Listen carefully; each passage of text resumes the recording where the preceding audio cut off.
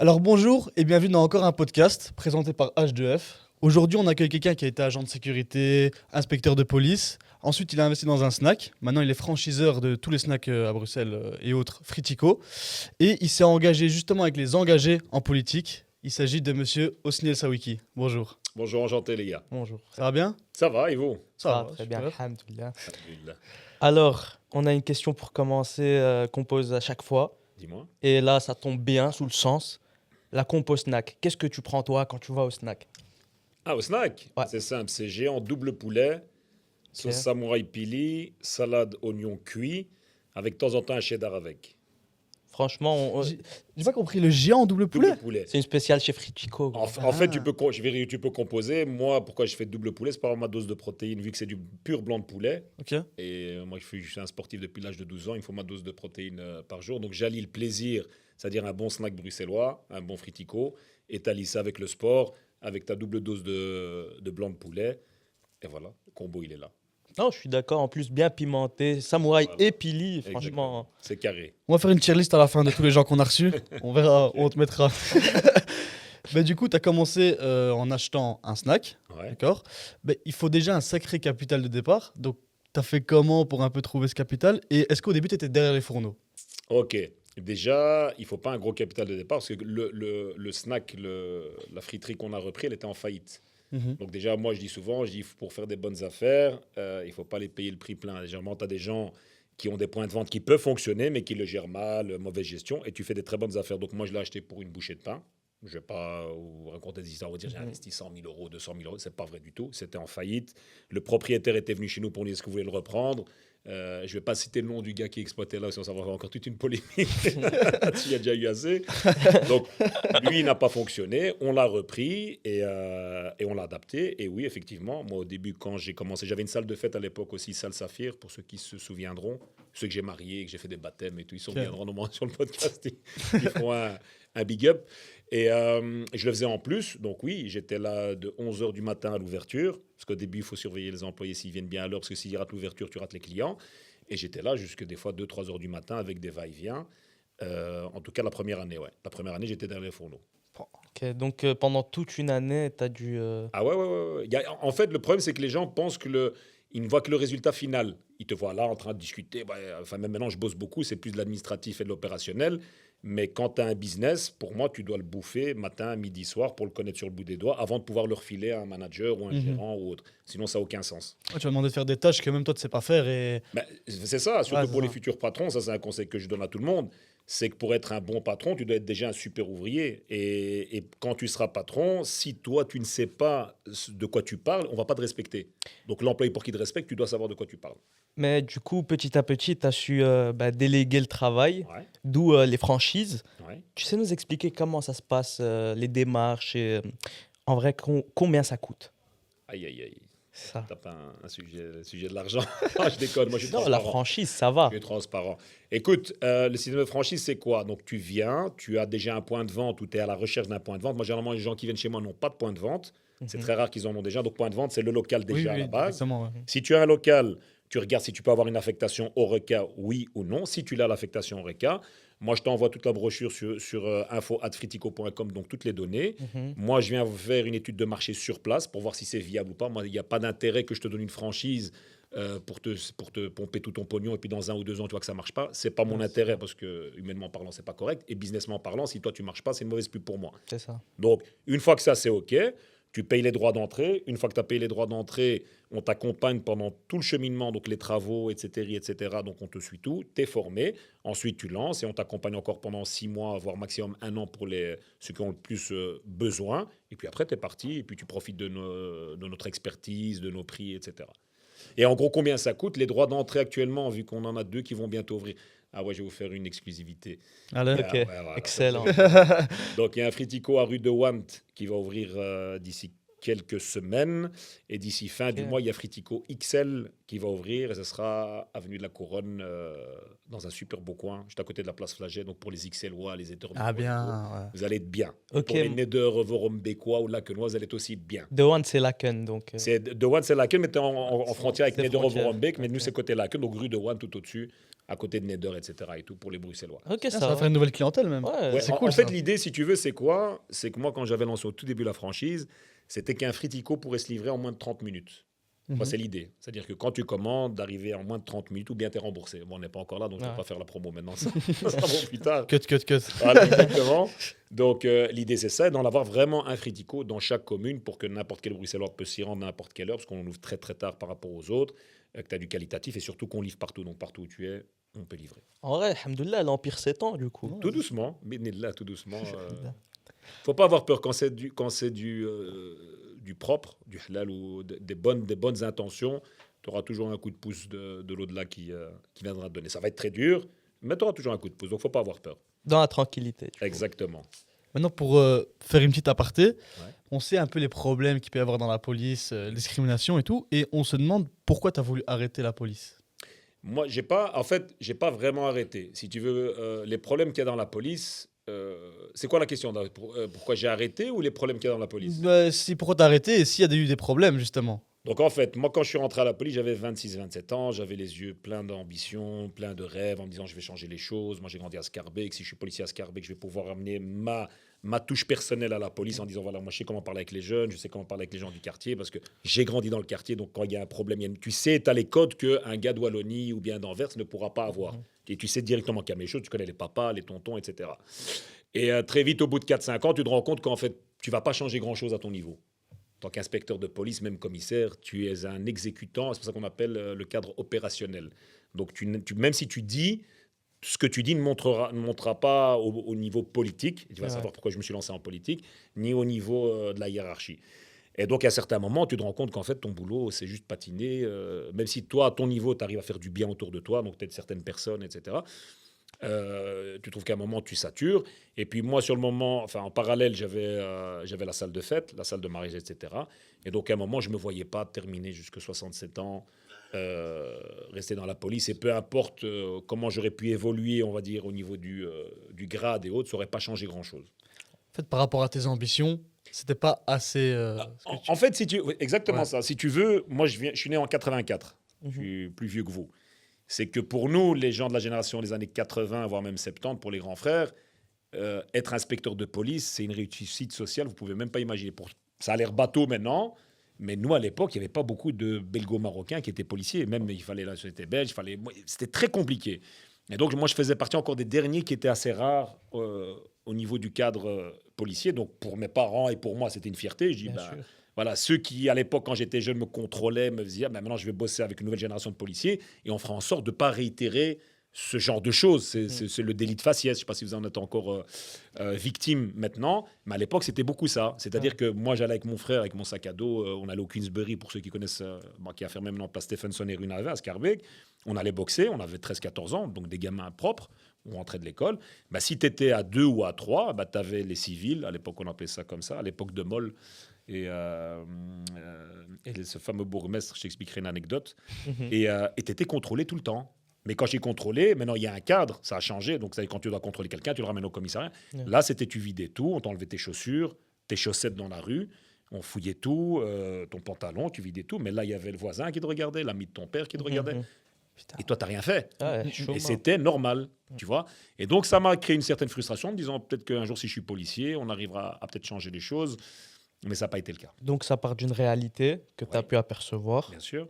Mais j'ai vécu. Oui, que tu as vécu. Ouais. Et ensuite, en t'engageant, tu t'es peut-être rendu compte que tes intentions, que ta volonté ne pouvait pas être accomplie Exact. en tant qu'inspecteur de police. Exactement. Et en fait, tu te rends compte très vite que tu peux avoir beaucoup de bonnes intentions. C'est comme les gens qui sont dans le social ou dans les ASBL, etc. Et tout. Tu ne fais rien sans la politique. Ouais. Et ça, je le dis à tous les jeunes, vous, mettez-vous bien ça dans votre tête. Vous pouvez avoir les projets que vous voulez, l'argent, les millions que vous voulez, etc. Si vous n'avez pas une connaissance ou une éducation politique, vous serez toujours les citoyens de seconde zone. Tout le temps. Tu peux avoir l'argent, tu peux avoir le diplôme que tu veux, etc. Mais si à un moment donné, notre voix des Bruxellois qui est multiculturelle, enfin, le Bruxellois, pour moi, je kiffe ma vie. Bien sûr. Bruxelles, moi j'ai fait le tour Oui. du monde, je kiffe. C'est que tant qu'on n'arrive pas à faire arriver cette voix au niveau politique, on pourra faire toutes les associations culturelles, associatives. Moi, je suis à fond dans l'entraide gratuite. Je pourrais faire autant que je veux. Tu n'arriveras nulle part. Et c'est là où le bas blesse, parce que nous, issus de l'immigration, on aurait dû s'intéresser très vite à la politique et très jeune. Le problème, c'est que moi, ma génération, quand j'ai vu les gens qui se sont présentés en politique, c'est généralement des vieux qui avaient plus ou moins mon âge, mais c'était la génération d'avant, ils étaient moins hype, si tu veux, moins en contact avec la Non, jeunesse. bien sûr. Et voilà, ils nous ont très très mal représentés. De toute façon, on va revenir à la politique. Juste Ah ok, après. vas-y.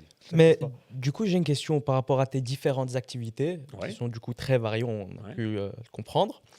Est-ce que tu as déjà été menacé? Et si oui, comment tu as pu réagir, genre? Menacé au niveau quoi? Politique, travail. Par exemple, sur les réseaux, puisque en vrai de vrai, tu t'exposes, ou même dans la rue, peut-être que quelqu'un n'a pas aimé ton contenu ou n'a pas aimé ce que tu as pu faire. Tu as déjà été menacé, peut-être? Non, menacé, non. Bizarrement, non. Non? Non. Ok. Donc, C'est vrai, ouais, c'est vrai. J'ai pas Jamais fait attention à ça. Non, jamais. Donc- Jamais. Il y a une fois un gars, il m'avait dit, ouais, j'étais pendant la campagne, ouais. Ah, toi, tu parles beaucoup, faut avoir le courage de le dire dans la rue. J'ai dit, mais écoute, dis-moi où tu es et à l'heure que tu veux, et on vient, on discute entre quatre yeux, il n'y a pas de problème, tu vois. Mais j'ai plus de réponse après, malheureusement. Non, menacé, jamais. Même dans la rue, les gens sont super bienveillants. Je me fais arrêter tous les jours, que ce soit des jeunes ou des plus âgés, etc. et tout, qui me disent, c'est bien ce que tu fais. Franchement, ça donne de la bonne énergie, tu motives les gens et tout. Mais menacé, non. Après, tu as des gens qui sont moins polis, mais après, généralement, c'est souvent des comptes fake. Il n'y a pas beaucoup de courageux. Ouais. Généralement, c'est beaucoup de lâches. Bruxelles, c'est petit. Bruxelles, c'est petit, voilà. Donc, avec un vrai compte, jamais. Jamais. J'ai des débats un peu différents, mais menacés, jamais. C'est souvent des faux comptes qui disent un peu n'importe quoi. Moi, je bloque directement. Ça, j'ai pas le temps. ouais, c'est ça. Parce que tu peux pas... tu sais, la meilleure réponse aux détracteurs, surtout des lâches, qui n'ont pas le courage de venir te le dire en face, tu vois, c'est l'ignorance. Ouais, ne pas y Voilà. prêter. Puis là, tu lui fais déjà mal parce que déjà, tu existes. Toi, tu sais pas qu'il existe. Lui, il sait que tu existes. Donc, déjà, c'est une bonne gifle, tu vois. Ouais, ouais. de fou. Et donc, voilà. Ouais, exact. Tu as tout compris. Voilà. Mais dans la rue, jamais, non. J'ai jamais été menacé. En même temps, peut-être parce que je fais 1m91 et 106 kilos. Ouais, justement, Après, je on me le disais voit que ça pas. rentre, ouais, ça rentre Peut-être en ça compte, aide, ouais. peut-être. Ouais, on sait ouais. pas. Je crois que ça aide. Je sais pas. Mais pour revenir sur la politique, Ouais. qu'est-ce qui a fait que tu as voulu te lancer en politique et pourquoi les engager? Ah, très bonne question. Pourquoi je me suis lancé en politique? Je reviens à ce que je t'ai dit. En fait, moi, j'ai soutenu des partis politiques qui étaient plus à gauche, parce qu'on vient des quartiers populaires, donc les seuls qui nous donnaient le temps et l'heure, c'est la gauche, c'est Ouais, les rouges. Ah, faut c'est dire ça, ce qu'il y a, bien sûr. qui faisaient du très bon travail dans les années 80, 90. Moi, j'ai connu une vraie gauche qui t'aidait dans les quartiers. On avait les premières maisons de jeunes qui nous apprenaient à faire un peu de musique, qui nous apprenaient à faire du sport, ils nous ramenaient faire du kayak, du VTT. Enfin, voilà, ils avaient une bonne... Et moi, je trouve que la gauche, c'est un peu caviardisé, on peut dire ça comme ça. C'est un peu perdu Même pas dans perdu. beaucoup d'idées. Non, parce dans qu'ils beaucoup savent où ils d'idées, vont. Non, moi je pense pas qu'ils sont perdus. Ça serait leur donner une excuse. Une excuse. Non, ils savent très bien ce qu'ils font. Sauf que, moi je vais être clair avec toi, le côté prolétariat, si vous savez ce que ça veut dire prolétariat, peut-être prolétariat, Dire pour les abonnés. voilà, Ça veut dire pour les abonnés. voilà, prolétariat, c'est les ouvriers à la base. Le prolétariat, c'est les gens qui étaient à l'usine, les gens de nos parents. Donc le prolétariat a toujours voté à gauche parce que la gauche était censée défendre les ouvriers. Mais l'ouvrier, c'est quoi? C'est le gars qui va à l'usine avec sa gamelle, Ouais. il pointe, pute, ça sonne, et puis tu rentres à la maison à 16h, tu n'as pas fait d'études, tu n'as rien. Et normalement, logiquement, dans le système social dans lequel on vivait à l'époque, tu seras ouvrier de père en fils. Ouais, C'est ça l'idée, ouais. tu vois, et tu es très content parce que le monde a changé. Des ouvriers qui vont à l'usine qui pointent, il n'y en a plus. Qui prennent leur gamelle en métal, il n'y en a plus. Donc, il faut bien se réinventer, tu vois. Et je pense que la gauche s'est très, très mal réinventée parce qu'elle n'est plus du tout dans la réalité de terrain. Tu vois, moi, je vois des jeunes comme vous. Je ne pense pas que vos ambitions, vous deux, c'est de faire un 8-16 ou même un 7-19 jusqu'à tes 67 ans, Loin de 47 là. ans. Loin. Plus la maison Et de être personne, je ouvrier, crois. on est d'accord. Ouais, ouais, c'est Voilà, plus la vous maison voulez de personne. rêver, Ouais, ouais. réseau, c'est ça. vous voulez faire, au moins, même si vous n'y arrivez pas, au moins essayez. Mhm. Ben voilà. Et c'est là où moi je me retrouve plus avec la gauche.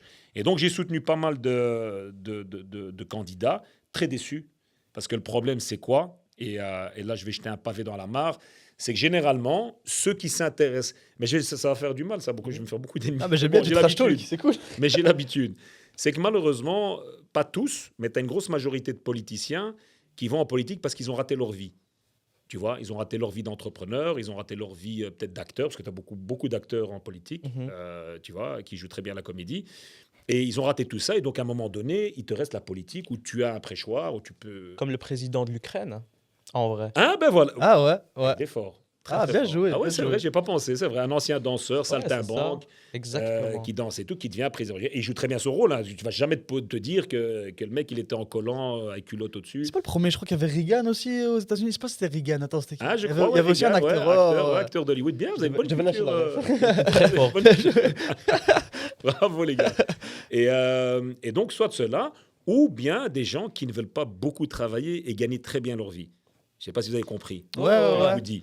En f- Donc, au final, quand tu vois ça, ça te dégoûte. Et après, tu as deux solutions. Soit tu fais comme beaucoup de Bruxellois, et je peux les comprendre, tu es dans le défaitisme et puis tu subis. Et moi, je suis quelqu'un, moi, je viens de la boxe anglaise, donc moi, j'ai fait ça depuis l'âge de 12 ans, donc ramasser, donner et souffrir, ça, c'est toute ma vie. Si je dois résumer ma vie, c'est ça, c'est avoir ramassé sur ma gueule, essayer de donner, survivre et avancer. Donc, moi, le combat me fait pas peur, tu vois. Soit tu subis, ou soit tu dis à un moment donné, on va arrêter de parler, on va arrêter de se plaindre au café à chaque fois. Ouais, vous avez vu Dréré, le plan Good Move, vous avez vu ça, et patati, et patata, et patati, patata, pendant 3 heures autour d'un perche et un verre de thé. Et à la fin, tu rentres le lendemain et c'est reparti. Et puis on se retrouve au café, t'as vu Dréré ce qu'ils ont fait. Donc voilà, moi, ça, à un moment, ça te monte à la tête parce que ça sert à rien. T'as tiré sur 80% de beaucoup de De nos gens à la balle connaissances. réelle. De nos connaissances. Donc je faisais partie. Donc, Moi, je me tire fais sur peut-être moi-même, encore je dis, partie, on sait pas. Voilà, donc je faisais partie. Donc à un moment donné, peu sont ceux qui vont avoir le courage, parce que beaucoup adorent attaquer, beaucoup adorent truc, de se mettre sur une liste, de mettre ta tête sur une affiche. Surtout moi, en tant qu'entrepreneur, je risque beaucoup. Tu risques des contrôles, tu risques des attaques, du boycott. À un moment, on m'avait boycotté. Enfin, toutes des histoires extraordinaires. Donc, il faut du courage, je pense. Et en toute humilité, je pense que j'en ai un petit peu. Oui. Et donc, tu dis, soit je subis et je continue à parler pendant des années, puis les autres personnes qui ne parlent pas font, tu vois. Alors, je me suis dit, tu sais quoi, on va se lancer et tu n'es jamais mieux servi que par toi-même. C'est-à-dire que moi, là, j'ai pas d'excuses. C'est-à-dire que moi, je me suis lancé en politique, j'ai un projet politique, c'est-à-dire que vous, votre génération, même les plus âgés, etc., et tout, d'essayer de donner un avenir un peu plus reluisant que celui qu'on nous a proposé depuis 30 ans. Ça, c'est mon objectif. Du coup, Tu Et vois d'ailleurs, ouais, vas-y, excuse-moi. vas-y. Est-ce que du coup, tu as un but ultime en politique ou pas? Je vais dire sincèrement, je suis pas un politicien, moi. Tu vois, moi, ça fait 2 ans et demi que je suis là, presque 3 ans. Moi, je me considère, après, est-ce qu'il y a un terme dans le dictionnaire où tu peux le trouver, c'est que je suis un citoyen qui utilise la politique pour mes congénères, pour mes co-citoyens. C'est ça que je fais.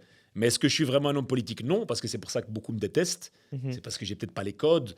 Et je dis tout ce que les gens pensent tout bas. Tu vois, T'as rien à faire ici, quoi. voilà, parce que logiquement, je vais revenir à ce que je t'ai dit. J'ai dit que la plupart du temps, les politiques, c'est des gens qui ont raté en business. Pas tous, hein, je dis bien, mais tu as une certaine partie. Et donc, quand tu fais de la politique, tu n'as pas besoin d'argent, parce que grâce à Dieu, je travaille, j'ai mes business. Donc, je ne me suis pas lancé en politique quand j'étais à zéro. Tu vois, c'est pas quand je sortais mon livre, ou bien je ne me suis pas lancé en politique quand j'ai fait faillite, ou bien je ne me suis pas lancé en politique quand on m'a dit, voilà, on va te donner un boulot. Ça, c'est beaucoup de gens. Moi, je l'ai fait quand j'étais à mon prime. Grâce à Dieu, tu vois. Et donc, voilà. Et donc, ça, c'est très rare en politique que tu vas trouver des gens comme ça. Parce que généralement, un entrepreneur, il se cache. Tu vois, il gagne de l'argent, il se cache, il n'a pas envie d'être sous les projecteurs. Surtout les gens de notre communauté, tu vois, belgo-marocaine, quand ils réussissent, même les Turcs, etc., quand ils réussissent, ils n'ont pas envie de la haine. Tu vois, Ouais, les exactement. yeux. Et donc, moi, quand j'ai commencé à faire mes petites vidéos de conseils et tout, on m'a dit, mais pourquoi tu le fais? Tu vas t'atterrir les yeux. On voulait aborder le sujet de la haine, mais on s'est dit, vas-y, peut-être que ça passera pas bien à la caméra Non, et tout. c'est Ouais, culturel. tu as répondu, Mais ouais. tu vois, c'est ce que je comprends pas ici à Bruxelles. On est, je crois, la ville la plus cosmopolite au monde. Ouais, Tu c'est vois le et deuxième, le je crois. Bruxellois, C'est pas t'en avec fais nous, ce que je tu veux. Voilà, Bruxellois, t'en fais ce que tu veux. C'est un melting pot de Bruxellaires, de Flamands, de Wallons, de Bruxellois, d'Hollandais, de Français, de Belgo-Marocains, de Turcs, de Guinéens, de Congolais, Somaliens aussi. de Somaliens, d'Ouzbékistan, de toutes les de Palestiniens, Des Mauritaniens, des Mauritaniens. Mauritaniens, tu as de tout. Tu as de tout, de Roumains, des gens de l'Est, etc. Moi, pour moi, c'est ça Bruxelles. Donc, que ce soit la Haine ou la Bar Mitzvah ou ce que tu veux, c'est culturel. Voilà, il ne faut pas avoir peur de le dire. Hein. On n'est pas, je sais pas moi, dans un pays où c'est monobloc et c'est que des comme ça, tu vois. Du coup, il faut un peu se soutenir entre nous tous, entre personnes qui sont pas d'origine bruxellois, mais à force, on l'est devenu, tu vois.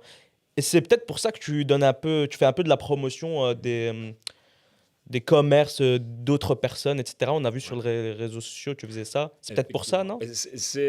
Moi, quand tu me dis les gens de la même... Pour moi, le bruxellois, qui soit d'origine diverse, marocain, turc, même bruxellois, moi, j'appelle moi les belgo-belgobais, moi, j'appelle les Gaulois, parce qu'ils sont là depuis plus tard. Mais au final, la Belgique a été créée en 1830. Avant ça, c'était un mélange. On a été hollandais, on a été espagnol, Charles Quint. Enfin, il y a un mélange de tout. Donc, dire que juste pour ma communauté, non. Moi, je parle pour les bruxellois comme vous de 18. Pour moi, les jeunes, c'est 18 à 65 ans. C'est-à-dire, tant que tu rêves, pour moi, tu es jeune. Tu vois, donc, Tu rêves à 65 ans? Comment? Tu rêves à 65 ans? Bien sûr, parce que qu'est-ce qui fait la notion de vieux, c'est quoi? Tu rêves de pas avoir d'arthrose? Mais non, moi, je vais te montrer des gars de 65 ans que j'ai connus au Queensbury, te mettre 2 patates de ring, tu tiens pas. Ah oui, non, ça oui, ça, bien sûr. Donc voilà, tout dépend comment tu le vis. Mais pour ma part, rêver, tu vieillis au moment où tu rêves plus. Ok. Au moment où tu arrives là, tu dis j'ai tout fait, je m'ennuie, puis tu deviens un vieux con, tu dis tout est pas bon, tout fout le camp et tout. Ben, moi, je suis là avec 2 petits jeunes à faire des podcasts. Je pourrais très bien faire le vieux con à 42 ans en disant j'ai fait un podcast à la con de petits jeunes, tu vois, on est d'accord. Hein, mais non, je suis là parce que voilà, tu t'adaptes et tu vis avec ton monde. Et ton truc. Donc, pour revenir à ce que tu as dit, moi, je suis pas dans l'idée de dire juste pour une communauté. Ce qui fait que ceux qui me contactent le plus, c'est ceux de la communauté belgo-marocaine. Et là, je vais faire un petit tacle aux racistes et aux gars de l'extrême droite, et tu vois, les fachos qui n'arrêtent pas de dire oui, mais les étrangers, ils volent. Moi, ce que je veux leur montrer en plein visage, c'est regarder combien de gens payent de la TVA, payent de l'ONSS, payent des impôts, créent de l'emploi, créent du... Parce que le gars qui a un snack ou un restaurant, bah, il paye un boucher, il paye un boulanger, il paye un gars des légumes, il paye un loyer qui est propriétaire. Donc, tu fais partie intégrante de l'économie. Et donc, aller dire que les étrangers ou les gens issus de l'immigration n'apportent rien, c'est totalement faux. Oui. Mais... Moi, je travaille au Colruyt, tu vois. Ouais. Et je me rappelle pendant Ramadan, à partir de 18h, il n'y avait plus personne. Tu sais que j'avais un chiffre de 13 à 20, ça me faisait partir à 18h. Il me disait, ouais, vas-y, va ftar et tout, mais il n'y avait personne dans le magasin. Sans nous, c'est chaud. Pourquoi? Parce que tu fais ce que tu veux, mais Bruxelles, sans la diversité, sans les gens issus de l'immigration, économiquement, t'es mort. Et même la Belgique. On parle nous ici parce qu'on est majoritaire, mais tu as énormément de gens en Wallonie ou en Flandre. Wallonie, tu avais eu beaucoup d'Italiens, beaucoup d'Espagnols, etc. Et aussi, donc si tu rentres dans ce côté d'extrême, même eux n'ont pas leur place, on va dire, en Belgique. Donc on va dire que ce que je mets en avant, là, les commerçants, etc., même les entrepreneurs, pas que les commerces, tu as des petits jeunes. L'autre fois, j'ai fait un truc avec des gars qui font des QR codes de menus en 3D où tu vois ton plat dans ton téléphone sur la table. Un truc de malade. Oh, stylé. Ah ouais, non, franchement, et ça me donne de l'énergie parce que je me dis encore, ils ont 22 ans, tu vois. Et je dis, waouh, tu vois, t'as regardé. Donc, c'est de les mettre en avant et surtout, parce qu'à un moment, j'ai commencé à avoir beaucoup de followers sur TikTok, etc. Et le gars qui me fait les vidéos, il me dit, écoute, tu pourrais monnayer ça et tout. Je dis, on va pas le monnayer.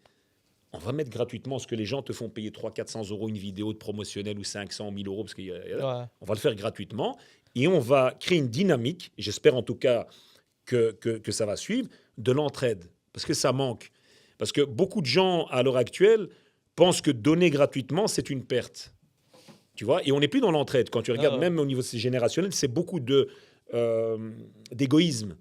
J'ai réussi, je garde pour moi. Non, moi, je suis pas d'accord. Je suis d'accord pour que si si tu réussis, que si tu as une possibilité d'aider d'autres qui sont plus en difficulté, fais-le. Et je te jure que c'est mathématique. Plus tu vas aider, et plus le destin, ou Dieu, ou Allah, tu l'appelles comme tu veux, pour les croyants ou les non-croyants, t'apportera beaucoup plus que ce que tu aurais pu imaginer. Tu vois, dans le don, parce que moi, ça me prend du temps. Hein. Moi, j'ai plein de choses à gérer, mais je prends une journée et je passe chez tous les commerçants, tous les gens qui m'appellent, qui m'envoient une vidéo, un message. Je passe chez eux, je découvre des super personnes et je les mets en avant. Et moi, ça me fait du bien. Au-delà de ça, mon côté égoïste, c'est que moi, je finis ma journée, je suis éclaté. Mais qu'est-ce que ça fait du bien d'aider les gens? Et faites-le. C'est une bénédiction que vous imaginez même pas. Mais en fait, moi, j'arrive à remarquer, tu vois, qu'à Bruxelles, il y a cette possibilité un peu d'entraide, tu vois. Ouais. Malgré qu'on se dise, ouais, on se donne pas de la force et tout, il y a une partie de faux dans ça, parce que Bruxelles, c'est petit. On se connaît un peu tous. Du coup, on est tous conscients qu'on appartient à la ville, tu vois. Ça veut dire, il y a une partie de chacun à qui ça plaît de voir les gens avancer, les gens se développer et tout. Surtout quand, tu vois, il y a beaucoup de belgo-marocains, du coup, dans tes vidéos, tu vois, ça fait plaisir, tu vois. Bien sûr, et c'est le but. C'est le but de les mettre en avant et de leur montrer. Et en fait, l'idée, c'est de créer une chaîne. C'est-à-dire que demain, si vous donnez je vous le souhaite, genre des grands influenceurs, des grands youtubeurs, etc. et tout, bah, peut-être que, là, je vous mets dos au mur, peut-être vous prendrez une fois par mois, aller à la rencontre des commerçants ou des petits jeunes youtubeurs qui se lancent et leur donner de la force. Parce que, indirectement, moi, je donne de la force à des concurrents. Ouais. Moi, ah oui, c'est quand même des restaurateurs. Bien Tu sûr. vois, donc moi, c'est une part de marché peut-être que je fais. Je les mets en avant, qui commanderont peut-être Fritico, Pizza Minute et trucs. Mais moi, je suis pas dans ce mindset-là. T'as mis toute ta confiance en Dieu, en vrai. Ah, C'est ça. Ouais, moi, je sais que tu veux le dire. Voilà. Ouais. Je sais que mon dû me viendra quoi qu'il arrive. C'est écrit. Je dois juste faire les causes. Mais le reste, voilà, donner de la force. Soyons pas dans la jalousie, dans la haine et voilà. Bien sûr. Et en plus, je pense pas que ton empire se limite à Fritico en soi. C'est-à-dire Ça veut dire on va dire que tu donnes de la force à la concurrence. Ouais. Mais en vrai de vrai, cette concurrence te donnera de la force à toi puisque c'est tes vidéos qui mettent en avant. Tu vois ce que je veux dire? Oui. Au final, c'est tout un empire Hosni qui avance. Peut-être, et si cet empire peut être au service des Bruxellois, moi j'en suis le plus heureux. Mais me dire que j'ai plus à gagner, non, physiquement et on va dire... Niveau énergie. même physiquement, donc rien à voir avec la spiritualité haute, c'est une perte de temps et d'argent. Parce que moi je paye quelqu'un pour faire les vidéos, c'est pas gratuit. Les montages, enfin vous connaissez les montages, bien les montages qu'on fait, c'est pas un truc que tu fais vite fait sur CapCut. Ah ouais. Tu vois, c'est des gros montages, le gars il passe ses journées comme il l'expliquait, etc. Donc moi ça me coûte de l'argent, ça me coûte du temps, mais spirituellement parlant, ça m'apporte beaucoup. Tu vois, et je vous le souhaite de pouvoir un jour aider. Tu vas voir le ressenti que tu as, ça vaut tout. Et tu vois, quand tu parles, on dirait que tu as eu 1000 vies. Ok. Ouais, Du coup, il y a eu des grosses galères. très grosse. C'est quoi la plus grosse galère que tu as eue et comment tu as fait pour t'en sortir? Pardon. Par rapport à quoi? Donne-moi, parce que c'est tellement large que je peux partir, je vais C'est- parler pendant une heure. Donc, Une difficulté dans l'entrepreneuriat Ouais, peut-être. politiquement, tu vois. Ouais, c'est ça. Parce qu'on te connaît pour ça en vrai. politiquement, tu veux. Politiquement, Galère, ou j'en ai entrepreneuriat? pas eu, juste un peu de déception par certains. Au niveau du business, ouais, je peux t'en donner une. Mais pour moi, c'est pas une galère, moi j'en rigole, parce que voilà. Il y avait un moment, on avait changé de siège pour la holding. Ok. Tu vois. D'accord. Donc celle qui détient tout, Oui, oui, qui détient la marque, etc. Et malheureusement, on avait changé de bureau, il y avait des courriers qui arrivaient pour une facture de gaz électricité, tu vois, à l'endroit où on était. Et donc, moi, j'étais parti faire l'ascension du Kilimandjaro. C'est récent, c'est il y a 2 ans. Ok. Hein. J'étais parti faire l'ascension du Kilimandjaro. Et, donc, j'avais laissé le courrier comme ça, je suis redescendu. Moi, le courrier, je n'ai jamais vu. Et puis, on a une citation en faillite au tribunal du commerce. Ah, j'ai fait les mêmes yeux que toi quand j'ai vu le pote. Hein? What? Tu vois, c'est quoi ce truc? Alors que ça marchait de base. Non, mais c'est pas ça, c'est que ça n'a rien à voir avec le business. Ok, c'est qu'en fait, beaucoup de gens ne savent pas, c'est que quand quelqu'un à qui tu donnes de l'argent, donc un fournisseur ou autre, ou peu importe, s'il t'envoie des rappels de paiement et que tu ne payes pas, tu es en défaut de paiement. Et donc, si tu es en défaut de paiement, lui demande au tribunal du commerce de faire une citation en faillite. Eux, ils te convoquent ou ils te demandent de répondre. Si tu ne fais pas, ils te citent en faillite. Et si tu ne viens pas au tribunal, bah, ta société est liquidée. Oh. Alors que tu peux cartonner, tu peux faire des millions d'euros. Elle peut être citée en faillite. Et le seul moyen, c'est de racheter ta société après chez un curateur pour la récupérer. Ah ouais, non, c'est qu'il y a beaucoup de gens qui ne savent pas ça. Wow. Et donc, moi, je vois le truc, je dis, je pète un câble, je vais voir un avocat, je dis, c'est quoi ça? Il dit, t'as pas reçu? Je dis, mais j'ai pas reçu ni de mail, ni rien. Ils ont envoyé un courrier, mais nous, on a déménagé. Le courrier, je l'ai pas vu. Ouais. Il m'a dit, écoute, le seul moyen, c'est de payer directement, mais c'est encore pas sûr que tu vas pas être cité en faillite, donc déclaré en faillite. Et je dis, c'est quoi? Elle me dit, déclaré en faillite, le curateur peut te revendre ta société à 200, 300, 400, 500 000 euros. Et tu les payes. Tu vois? Ta propre société. Sinon, quelqu'un d'autre risque de la racheter. Avec le nom Fritico Group. Ah ouais, Si- genre, si c'est même la pas rach- réservé ou quoi. Comment? Genre, n'importe qui. Ah ouais, S'il non, arrive non, au bon moment. Demain, le curateur, c'est ton copain. Tu vois, On va dire, Jean-Paul, c'est ton copain. Il y a Et cette Jean-Paul liste. appelle Mohamed et il dit, Mohamed, écoute, il y a Fritico Group qui est là, il n'est pas en faillite, il n'a pas de dette, il n'a rien. Tu dois juste payer la société 100 000 euros et tu as tout. Tu touches l'argent de ces 100 000 ou pas? Comment? Bah, Toi, si- tu touches rien. Ah, tu C'est- touches rien en plus. Ah non, on va C'est dire, bien ça. c'est pas grand-chose. Hein. Je disais, mais le gars, je crois que c'était 15 000 euros, un truc comme ça, mais je les ai pas vus. J'ai pas vu, donc j'aurais pu le payer directement, tu vois. Ah ouais, c'est- Mais je l'ai pas vu passer la facture. Et donc, eux, très malins, ils n'ont pas envoyé de mail ni rien, etc. Et tout. Donc, tu peux prendre quelqu'un qui serait passé par là. Si on était arrivé jusqu'à la faillite, bah, il aurait pu très bien racheter Fritico Group pour 15 000 euros. Et du coup, le grand responsable de ce mauvais coup, c'est un curateur, c'est ça? Non, c'est moi. Parce que j'ai fait confiance. En fait, si tu veux, j'ai un secrétaire, tu vois, un secrétariat qui travaille très, très bien. Mais le problème, c'est que moi, j'ai fait confiance aux gens qui étaient censés relever le courrier au dépôt, où il y a le siège social. Donc, et là, je vais vous donner un conseil. la confiance n'enlève pas le contrôle. Tu peux très bien faire confiance. Tu peux travailler avec ton frère, ton propre frère, même ton papa ou ton oncle. Mais il faut gérer. Tu peux lui faire confiance. Non, contrôler. C'est-à-dire qu'il l'a fait, mais te dis pas, ouais, mais c'est bon, c'est mon frère ou mon pote, ou vous êtes deux potes, c'est fait, il n'y a pas de souci. Non, contrôle quand même, ça ne te coûte rien. Ouais, Et ça, j'ai appris. Tu vois, je m'achetais en totale confiance avec les gens parce que je me dis, ils vont pas rater un courrier aussi important, tu vois. Et malheureusement, donc là, je peux te garantir que quand tu vas chez l'avocat à 10h du matin et que tu penses que tout va s'écrouler, parce que c'était le cas, parce que l'avocat me dit, il y a 50% de chances que le tribunal décide de mettre en faillite ta société, même si tu payes. Du coup, en Tu vois. liquidation. Ah, du coup, tu as deux solutions. Soit tu es là en mode dépression, tu vois, et tu vas à la chicha ou bien tu vas au café. Tu commences à te saouler sur du rail. Voilà, tu commences à te saouler sur du rail, sur du chez mamie, etc. Et tout. Et tu vas te plaindre chez tout le monde, tu vas parler de sahur, de l'aïn, les gens. Tu vas t'inventer 1 milliard de choses alors que c'est de ta faute, parce que tu n'as pas fait, comme je t'ai dit, le contrôle. Ouais, ou bien tu retrousses tes manches, tu as un grand sourire, tu continues à faire ton sport le matin, tu mets ta confiance en Dieu et tu avances. Et au final, ça s'est arrangé. Donc ça, c'est une des galères, mais ça, c'est même pas la pire, ça, c'est une galère. Ouais, ok. Voilà, et puis il y a la galère qu'on a eu le tribunal avec Tétique. Ben, donc, ça, c'est vrai, ça, tout le monde le sait. Voilà, ça. en fait, si tu veux, la vie d'un entrepreneur, c'est pour ça qu'elle est géniale. C'est que c'est une vie d'aventurier. À l'époque, tu avais les pirates qui pouvaient traverser les 7 mers et aller à l'aventure chercher des trésors. Pour moi, maintenant, les nouveaux vrais aventuriers, c'est les entrepreneurs. Tu passes de ça à ça à ça et tu voyages et tu vois. Et tu as aussi des grosses galères qui font la beauté de la vie. Parce que si tu n'as pas ces galères-là, et aussi un truc, et c'est parce que des fois, quand tu avances tellement vite, tu ne te rends pas compte de ce que tu as. Donc, moi, je suis tellement sur le terrain, j'arrête pas que des fois même, je passe devant un mahal. Moi, je dis, ah ouais, j'ai un friticola aussi. T'oublies, tu vois.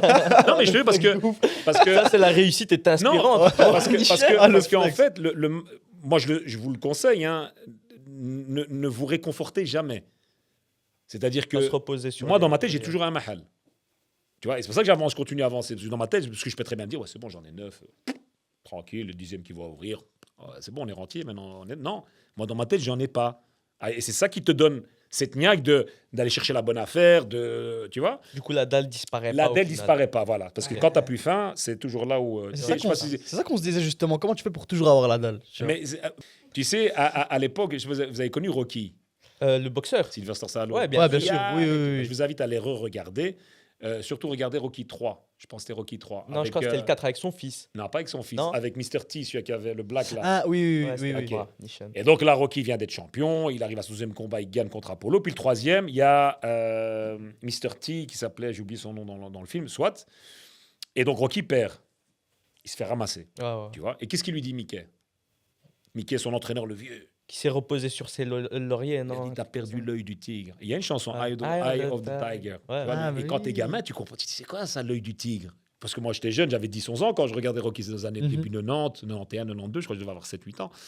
Et tu comprends pas. Alors toi, tu chantes Eye of the Tiger, mais ça t'entraîne. On a Kingsbury avec Mustafa, le prof de boxe, et ça nous entraîne, mais on comprenait pas ce qu'il disait. En fait, l'œil du tigre, le tigre, il a toujours faim.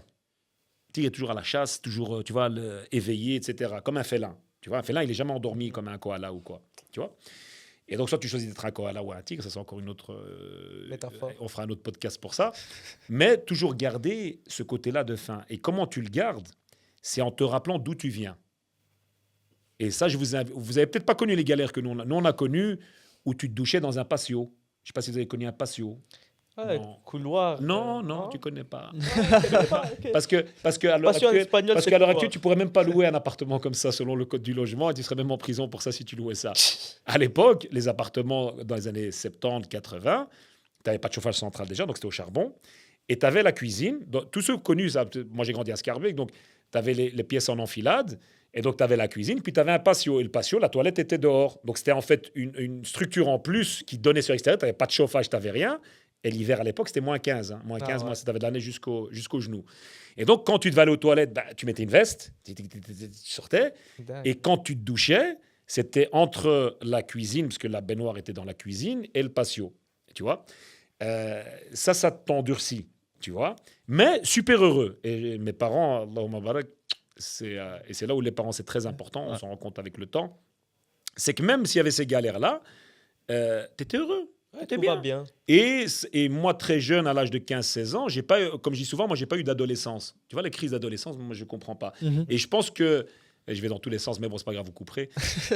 Mais je pense que les crises d'adolescence, pour moi, c'est la société, quand elle est tellement agréable, tu as le temps de faire une crise d'adolescence. Quand tu vas dans les pays pauvres ou en développement, il n'y a personne qui fait de crise d'adolescence. Tu n'as pas un gamin de 12 à 18 ans qui dit « Ouais, j'aime pas mon... » Attends, il y a la phrase. Non, attends, il y a la fameuse phrase. Les hommes forts font des temps... Vas-y. Créent des temps simples, les temps simples créent des hommes faibles et les hommes faibles créent des temps rudes. C'est les temps durs, les époques dures créent des hommes forts. Les hommes forts créent des époques faciles et les époques faciles créent des hommes faibles. Et puis la chaîne, et puis les époques faibles créent tout le problème que tu peux avoir. Mais tout ça pour te dire que l'œil du tigre, c'est quoi ? C'est que quand tu arrives à un certain niveau, comme vous, je vous souhaite, Inch'Allah, vous passez peut-être sur même CNN ou TF1 ou j'en sais rien, moi, RTL, etc. Je vous le souhaite. C'est que quand moi j'appelle ça le petit chétan, tu vois, la petite voix, quand tu dis t'es au max, t'as réussi, t'es au prime. Parce que moi, des fois, il vient, il te dit, mais Hussein, t'es le seul à Bruxelles, même dans l'histoire de Bruxelles, à avoir une chaîne de friterie snack. Personne ne l'a fait. T'es bientôt au 9e point de vente. Et t'as l'ego qui te sauce, tu vois, c'est comme ça qu'on dit, hein, les jeunes, c'est saucer. Ouais, c'est ça. Qui te sauce et qui dit... T'as la page, hein. T'inquiète. Et donc, à un certain moment, si tu n'as pas la spiritualité, c'est pour ça qu'elle est très importante, de rester humble et de chaque fois quand tu pries, ou pour ceux qui prient pas, enfin, peu importe, moi je parle pour ma part, c'est de remercier Dieu pour tout ce qu'il t'a donné et surtout de repenser à par quoi tu es passé. Et là, l'œil du tigre, il reste. Parce que tu te rappelles du Husni que tu étais quand tu avais 14 ans, 13-14 ans, on ne te donnait pas de travail, job étudiant, et que tu allais travailler au marché de la gare du Midi pour 500 francs belges pour 14 heures, 12,50 €. Et tu n'avais pas ta place parce que tu arrivais, tu faisais le tour des maraîchers, et c'était toi et ta chance s'ils te donnaient une place. Et tu étais là à gueuler comme c'est d'où vient ma grosse voix, là, que tout le monde me dit je te reconnais à des kilomètres. Tu cries 2 kg 300 là. Et voilà, tu vois. Puis tu arrives à 15-16 ans, tu cherches un job étudiant. On ne te donne pas, parce qu'avant, c'était CV, il fallait aller sur place, donc tu imprimais, tu allais sur place, tu déposais, on cherchait sur le Vlan, etc. Et tout, ce que beaucoup ne connaissent plus maintenant. Donc, tu avais des grosses difficultés. Et donc, moi, par exemple, tu vois, j'ai commencé comme agent de sécurité dans les événements. Soirée, pourquoi ? Je faisais 1m91, je faisais 110 kilos, j'étais boxeur. Moi, je suis quelqu'un de très littéraire à la base. J'aime beaucoup lire, même si je n'ai pas la gueule ni le corps qui... Il n'y a pas de gueule pour ça. Non, mais façon de parler, on va rester dans les stéréotypes. On va rester dans les stéréotypes. Je ne suis pas né, mais on m'a dit, écoute, ce gars-là, il ferait bien portier. Tu vois, alors toi, tu ne connais pas. Moi, à 17 ans, je n'étais jamais sorti ni en soirée, ni en boîte, et j'en suis jamais sorti. Moi, j'allais bosser, j'avais de l'argent pour aider les parents, pour aider maman, papa, etc. Et donc, voilà, donc c'est les premiers jobs qu'on nous a donnés. Et donc, quand je vois avec du recul où je suis arrivé par la grâce de Dieu, tu ne peux pas oublier d'où tu viens. Et donc, c'est ça qui fait que tous les jours, quand tu te lèves, tu es en mode has. Tu es en mode j'ai rien. Même si tu rentres dans ta Porsche, tu dis non, en fait, c'est pas à moi. Je dis non. Mais si tu passes devant un Mahat, tu dis non. Même si tu es bien sapé, tu as un super beau loft, etc. Tu dis non, c'est pas à moi tout ça. Tu vois ? Et ça te. C'est pas non plus le syndrome. Vas-y, le syndrome de l'imposteur. Ouais, syndrome de l'imposteur. Ouais, exactement. C'est ça. T'as le syndrome de l'imposteur, bien sûr. Mais en tant que fils d'immigré, je t'explique. C'est une très bonne question ce que tu dis. Et je vais être très sincère avec vous. Vous m'avez dit au début, moi je vous parle à cœur ouvert parce que j'espère vous donner quelques bons conseils. Et il faut pas avoir peur de le dire. Le syndrome de l'imposteur, tu l'auras toi aussi. Si un jour tu arrives à évoluer là où tu veux arriver, tu l'auras. Pourquoi ? Parce que un jeune issu d'immigration né en 84, avenue de la Reine, 147 à Scarbeck, qui a un père ouvrier, une mère au foyer qui vient de 8 enfants, on était 8, 4 frères et 4 sœurs, dans un petit appartement, je pense que tu as 1% de chance d'arriver là où je suis humblement arrivé. Tu vois ? Donc, quand tu y arrives un moment, tu ne l'acceptes pas. Parce que tu te dis, mais en fait, je suis pas à ma place. Parce que je ne devrais pas être là. Tu te dis que c'est pas toi de base. C'est pas moi. Moi, moi j'écoutais du FF, Funky Family, IAM.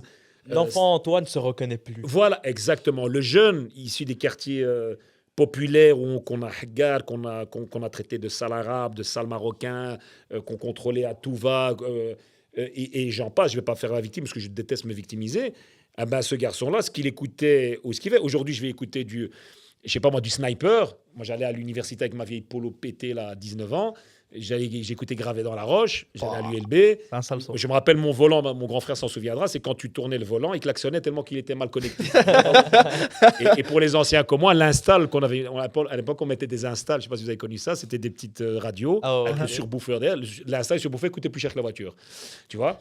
Et donc maintenant, je vais mettre ça dans ma voiture, je me reconnais plus parce que je suis pas que je critiquais, mais je peux plus être légitime à ça. Ouais, c'est ça. Et donc ça te manque. Donc tu as le petit Husni dans la Hesse qui était ado, qui avait la rage et qui avait rien, ben, il va pas se reconnaître avec le Husni maintenant, qui est chef d'entreprise, qui est vice-président chez les engagés, qui a une vie assez confortable, etc. Mais malgré tout, la fierté a été comblée, on va dire. Non, même non, pas toujours encore. Pas, non. Mais Parce non, que mais si. Non, parce que sinon il n'y aurait pas la dalle. Non, parce qu'au moment où tu te dis c'est bon, j'y suis arrivé, tu vas descendre. Exactement. C'est la loi de tous les empires, de tous ceux.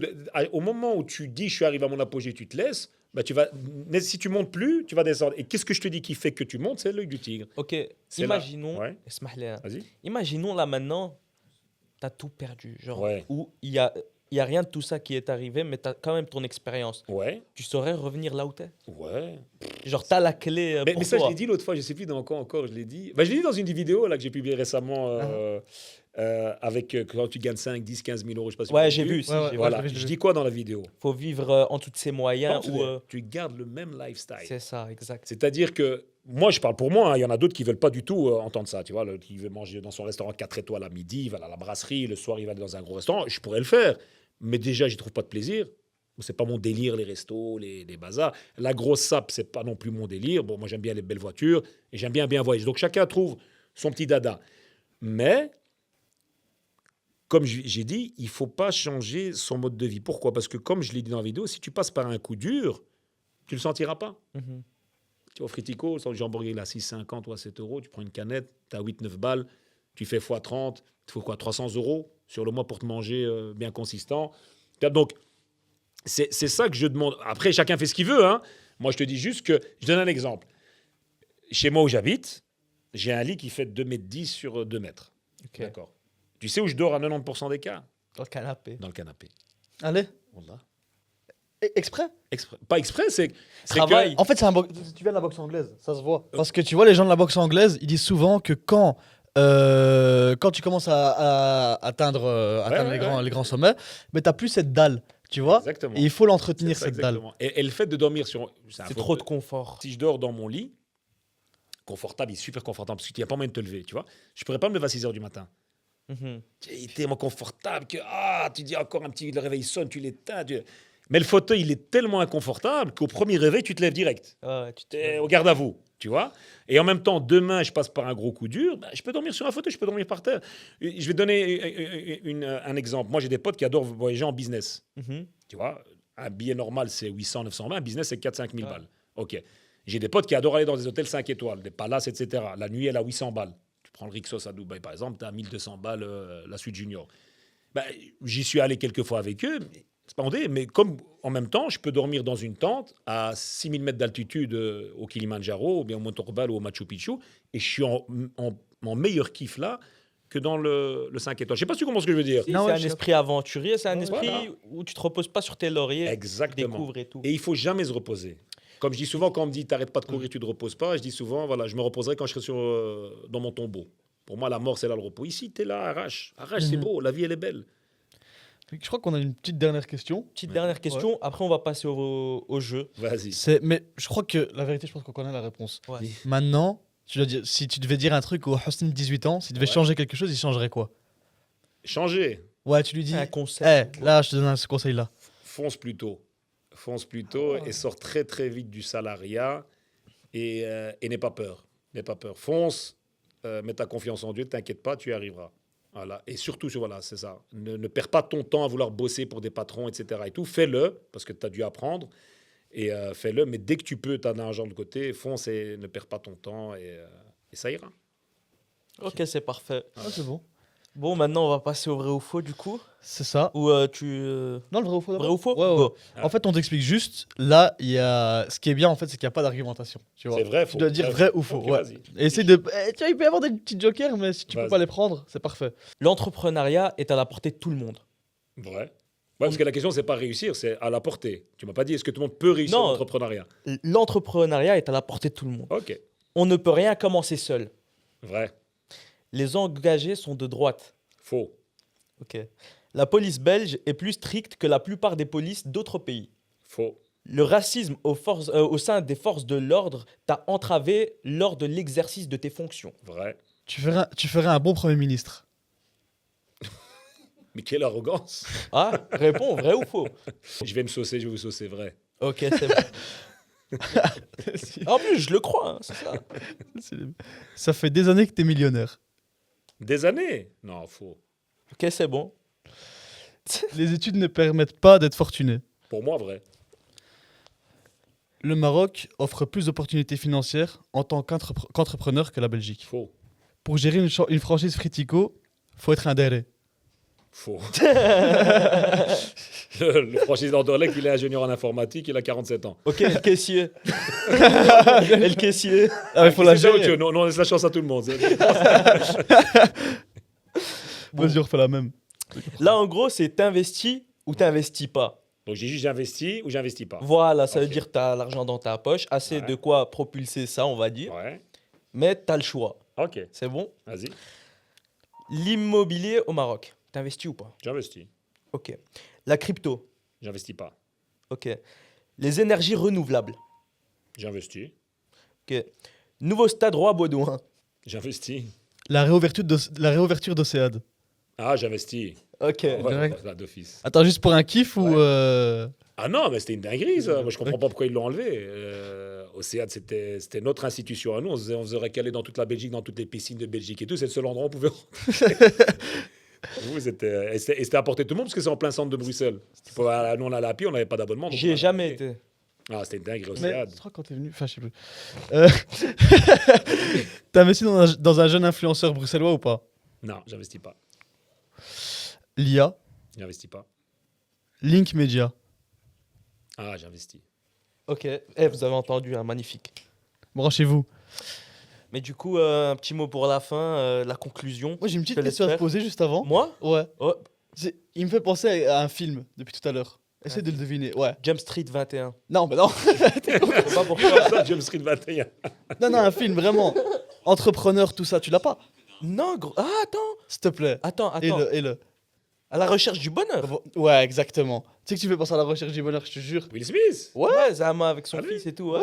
Je sais pas. Genre, il est toujours partout et tout à la face. Non, mais il s'arrête pas, ouais. Exactement. Mais c'était un beau film. Hein. Ouais, de fou. il est super. Hein. Beau film et très vrai. Mais c'était un beau film et une très belle interview, en tout cas pour ma part. Écoute, je le prends comme un compliment. En tout cas, vous êtes des bons. Vous avez un bon avenir, les gars, comme Merci interview. Vous beaucoup. avez réussi à me faire parler. Merci Super. beaucoup, barakallah. Ça m'a fait plaisir. Mais du coup, on a apprécié. C'était encore un podcast avec H2F et Hosni El Sawiki. Et ça, oui. Ça, oui. El Sawiki. C'est pas grave. c'est pas grave. Il a rajouté la TVA, il a mis L. Bien joué. C'est pas grave. Bah, on se voit à la prochaine. Ciao. On se retrouve. Nickel. Ciao, ciao. Salut.